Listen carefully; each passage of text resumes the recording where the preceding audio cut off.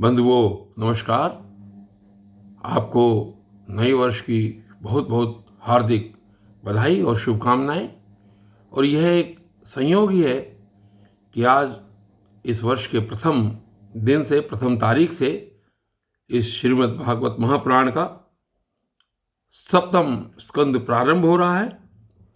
और आज यहाँ से देखिए कथा आगे कैसे चलती है श्रीमद् भागवत की।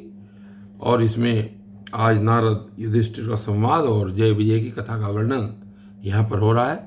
देखिए, सुनते हैं। राजा परीक्षित ने पूछा, भगवान तो स्वभाव से ही भेदभाव से रहित हैं, सम हैं, समस्त प्राणियों के प्रिय और सुहृद है। फिर भी उन्होंने जैसे कोई साधारण मनुष्य भेदभाव से अपने मित्र का पक्ष ले और शत्रुओं का अनिष्ट करे, उसी प्रकार इंद्र के लिए दैत्यों का वध क्यों किया। वे स्वयं परिपूर्ण कल्याण स्वरूप हैं, इसलिए उन्हें देवताओं से कुछ लेना देना नहीं है, तथा निर्गुण होने के कारण दैत्यों से कुछ वैर विरोध और उद्वेग भी नहीं है। भगवत प्रेम के सौभाग्य से संपन्न महात्मन, हमारे चित्त में भगवान के समत्व आदि गुणों के संबंध में बड़ा भारी संदेह हो रहा है। आप कृपा करके उसे मिटाइए।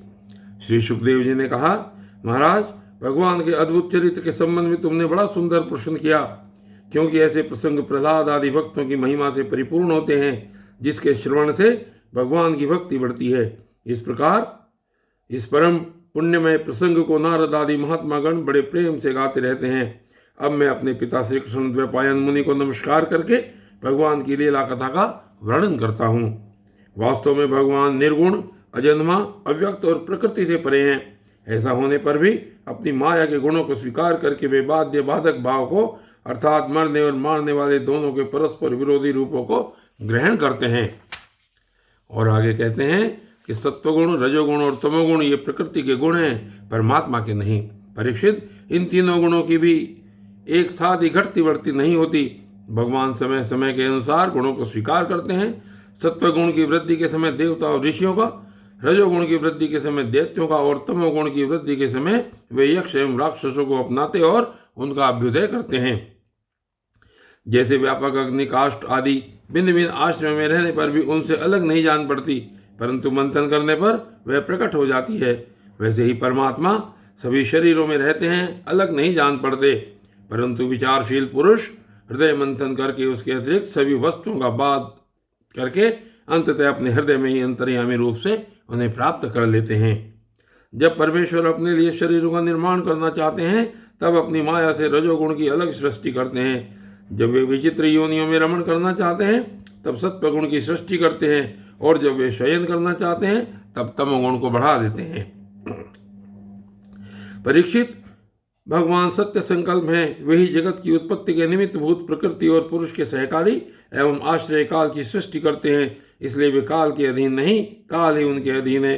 राजन, ये काल स्वरूप ईश्वर जब सत्वगुण की वृद्धि करते हैं, तब सत्व में देवताओं का बल बढ़ाते हैं, और तभी वे परम यशस्वी देव प्रिय परमात्मा देव विरोधी रजोगुणी एवं तमोगुणी दैत्यों का संहार करते हैं। वस्तुतः वे सम ही हैं।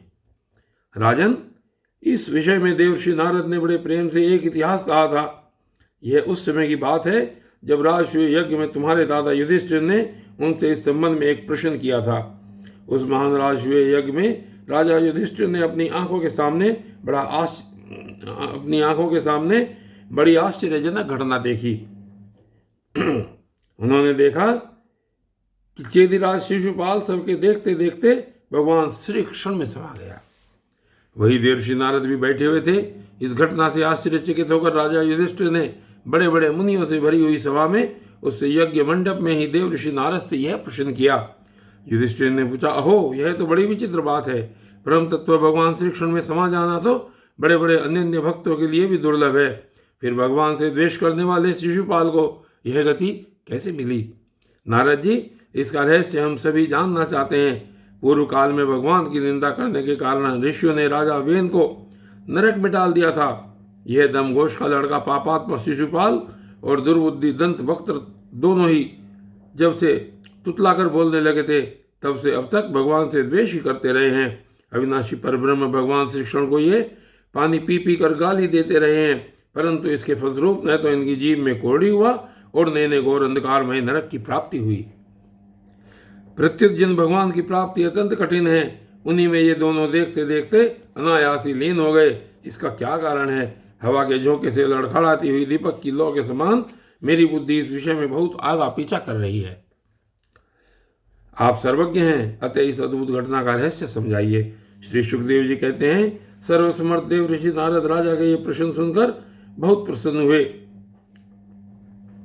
उन्होंने युधिष्ठिर को संबोधित करके भरी सभा में सबके सामने सबके सुनते हुए यह कथा कही। नारद जी ने कहा, युधिष्ठिर, निंदा, स्तुति, सत्कार और तिरस्कार इस शरीर के ही तो होते हैं। इस शरीर की कल्पना प्रकृति और पुरुष का ठीक ठीक विवेक न होने के कारण ही हुई है। जब इस शरीर को ही अपना आत्मा मान लिया जाता है, तब यह मैं हूँ और यह मेरा है ऐसा भाव बन जाता है। यही सारे भेदभाव का मूल है। इसी के कारण ताड़ना और दुर्वचनों से पीड़ा होती है। जिस शरीर में अभिमान हो जाता है कि यह मैं हूँ, उस शरीर के वध से प्राणियों को अपना वध जान पड़ता है। किंतु भगवान में तो जीवों के समान ऐसा अभिमान है ही नहीं, क्योंकि वे सर्वात्मा हैं, अद्वितीय हैं। वे जो दूसरों को दंड देते हैं वह भी उनके कल्याण के लिए ही, क्रोधवश अथवा द्वेषवश नहीं। तब भगवान के संबंध में हिंसा की कल्पना तो की ही कैसे जा सकती है। और आगे कहते हैं, इसलिए चाहे सुदृढ़ वैर भाव से या वैरहीन भक्ति भाव से, भय से, स्नेह अथवा कामना से, कैसे भी हो, भगवान में अपना मन पूर्ण रूप से लगा देना चाहिए। भगवान की दृष्टि से इन भावों में कोई भेद नहीं है। युधिष्ठिर, मेरा तो ऐसा दृढ़ निश्चय है कि मनुष्य वैर भाव से भगवान में जितना तन्मय हो जाता है उतना भक्ति योग से नहीं होता। भृंगी कीड़े को लाकर भीत पर अपने छिद्र में बंद कर देता है और वह भय तथा उद्वेग से भृंगी का चिंतन करते करते उसके जैसा ही हो जाता है। यही बात भगवान श्री कृष्ण के संबंध में भी है।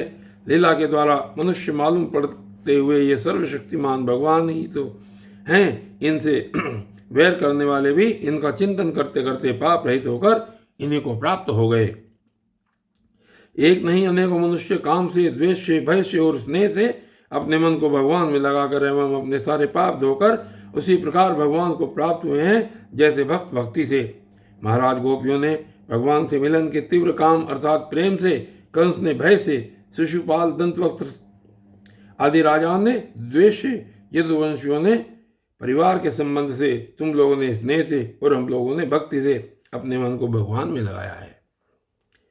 भक्तों के अतिरिक्त जो 5 प्रकार के भगवान का चिंतन करने वाले हैं, उनमें से राजा वेन की तो किसी में भी गणना नहीं होती, क्योंकि उसने किसी भी प्रकार से भगवान में मन नहीं लगाया था।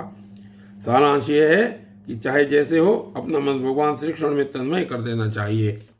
महाराज, फिर तुम्हारे मौसेरे भाई शिशुपाल और दंतवक्त्र दोनों ही विष्णु भगवान के मुख्य पार्षद थे। ब्राह्मणों के शाप से इन दोनों को अपने पद से च्युत होना पड़ा था। राजा युधिष्ठिर ने पूछा, नारद जी, भगवान के पार्षदों को भी प्रभावित करने वाला वह शाप किसने दिया था तथा वह कैसा था? भगवान के अनन्य प्रेमी फिर जन्म मृत्युमय संसार में आए, यह बात तो कुछ अविश्वसनीय सी मालूम पड़ती है। वैकुंठ के रहने वाले लोग प्राकृत शरीर, इंद्रिय और प्राणों से रहित होते हैं। उनका प्राकृत शरीर से संबंध किस प्रकार हुआ, यह बात आप अवश्य सुनाइए।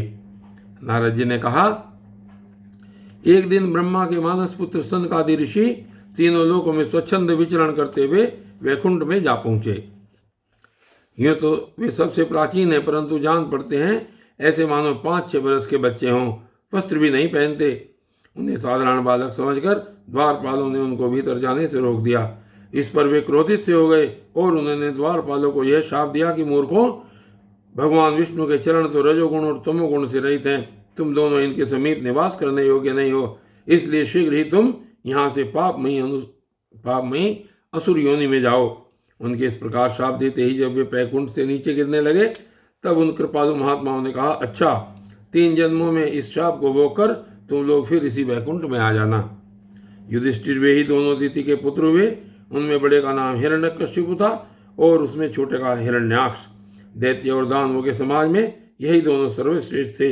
विष्णु भगवान ने नरसिंह का रूप धारण करके हिरण्यकश्यप को और पृथ्वी का उद्धार करने के समय वराह अवतार ग्रहण करके हिरण्याक्ष को मारा।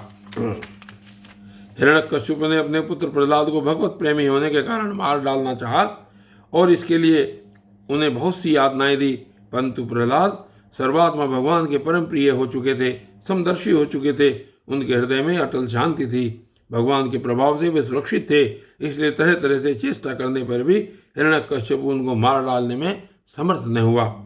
युधिष्ठिर वे ही दोनों विश्रवा मुनि के द्वारा केशिनी कैकसी के गर्भ से राक्षसों के रूप में पैदा हुए। उनका नाम था रावण और कुंभकर्ण। उनके उत्पातों से सब लोगों में आग सी लग गई थी। उस समय भी भगवान ने उन्हें श्राप से छुड़ाने के लिए राम रूप से उनका वध किया। युधिष्ठिर, मार्कंडेय मुनि के मुख से तुम भगवान श्री राम का चरित्र सुनोगे।